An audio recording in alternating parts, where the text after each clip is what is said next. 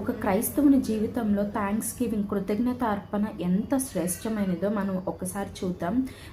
దేవుడు ఒక గొప్ప ఎగ్జాంపుల్ సెట్ చేశారు. ఏంటంటే యేసు ప్రభు దగ్గరికి జనసమూహం వచ్చినప్పుడు ఆయన వారిని ఆకలితో పంపివేయడం ఇష్టం లేక శిష్యుల దగ్గర మీ దగ్గర ఏముంది అని అడిగినప్పుడు మా దగ్గర 5 రొట్టెలు 2 చిన్ని చేపలు ఉన్నాయి అని చెప్పారు. మరి దేవుడు ఏం చేశారు తెలుసు, దాన్ని ఆకాశం వైపు ఎత్తి దాన్ని ఆశీర్వదించాడంట.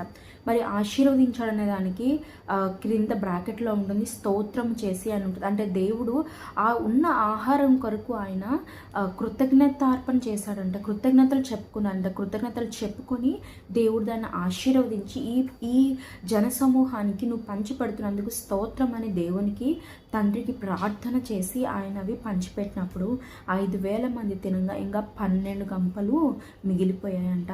మరి ఇదొక గొప్ప ఎగ్జాంపుల్ యేసుప్రభు వారు మనకు సెట్ చేశారు. ఎందుకంటే మనకు కలిగిన దాన్ని బట్టి మనం ఎప్పుడైతే థ్యాంక్స్ గివింగ్ ఇస్తామో, దేవా నేను ఈ స్థితి నుంచి వచ్చాను, ఈ స్థితిలో నన్ను నడిపించావు, నీకు స్తోత్రం దేవా అని చెప్పినప్పుడు ఏమవుతుంది తెలుసా, ఆ కొంచెమే నీకున్నదాన్ని దేవుడు ఎంత గొప్పగా ఆశీర్వదిస్తాడంటే నీకు నీ కుటుంబ సభ్యులకి అనేక మందికి అది సరిపోగా ఇంకా మిగులుతుంది. అంత గొప్పగా ఓవర్ఫ్లో అవుతుంది ఆశీర్వాదం.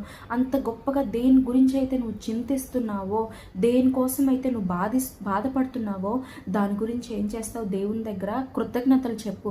దేవా ఇంతకుముందు ఇది కూడా లేక నేను ఏడ్చాను ప్రభా, దీని కొరకు నేను వేచి ఉన్నాను ప్రభా, ఈనాడు ఇది నా దగ్గర ఉంది, నేను నీ కృతజ్ఞతాస్తుతులు చెల్లిస్తున్నానయ్యా, దీన్ని ఇంకా గొప్పగా నువ్వు మల్టిప్లై చేస్తున్నందుకు వందనాలు ప్రభా అని నువ్వు ఎప్పుడైతే థ్యాంక్స్ గివింగ్ దేవునికి ఇస్తావో దేవుడు తప్పక దాన్ని ఓవర్ఫ్లో బ్లెస్సింగ్గా దేవుడు దాన్ని మారుస్తాడు.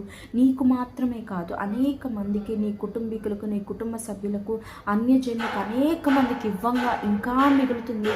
జనులను పోషిస్తావు, అనేక మందికి సహాయంగా మార్గదర్శకంగా నీవు ఉంటావు. అట్టి ఆశీర్వాదం మనకి దేవుడు ఎప్పుడు ఇస్తాడు, ఎప్పుడు తెలుసా, మనకు కలిగిన దాన్ని బట్టి దేవునికి కృతజ్ఞతాస్తుతులు చెల్లించినప్పుడు. మరి చెల్లిద్దామా? మనకి ఏది ఉందో ఏది లేదో లేని దాన్ని బట్టి ఇస్తున్నందుకు దేవా స్తోత్రం, ఉన్నదాన్ని బట్టి దేవా నీకు కృతజ్ఞతలు అని చెప్పినప్పుడు దేవుడు తప్పక మనల్ని ఆశీర్వదిస్తాడు, మన చేతి పనులను దీవిస్తాడు. ఇంకా ఏదైతే విశ్వాసంతో మనం ప్రార్థిస్తామో వాటన్నిటిని దేవుడు జనరేషన్స్ ఆఫ్టర్ జనరేషన్స్ దేవుడు బ్లెస్ చేసి ఆశీర్వదిస్తాడు. కనుక థ్యాంక్స్ గివింగ్ ఎప్పుడు మర్చిపోవద్దు. ఎప్పుడు కూడా నీ ప్రార్థనలో స్తోత్ర గీతం ఉండాలి, స్తుతి ఉండాలి. ఆ తర్వాతే ఏదైనా దేవుని దగ్గర నీ కోరికలు చెప్పుకోవడం కంటే ముందు దేవుని స్తోత్రించే, ఆయన ఎవరై ఉన్నారో దాన్ని బట్టి స్తోత్రించే, నీ పాపాలు ఒప్పుకో, నీ కలిగి ఉన్న దాన్ని బట్టి స్తుతి చెల్లించు, నీ అవసరాలు చెప్పుకో. దేవుడు తప్పక నేను ఆశీర్వదిస్తాడు. థ్యాంక్స్ గివింగ్ నీ జీవితంలో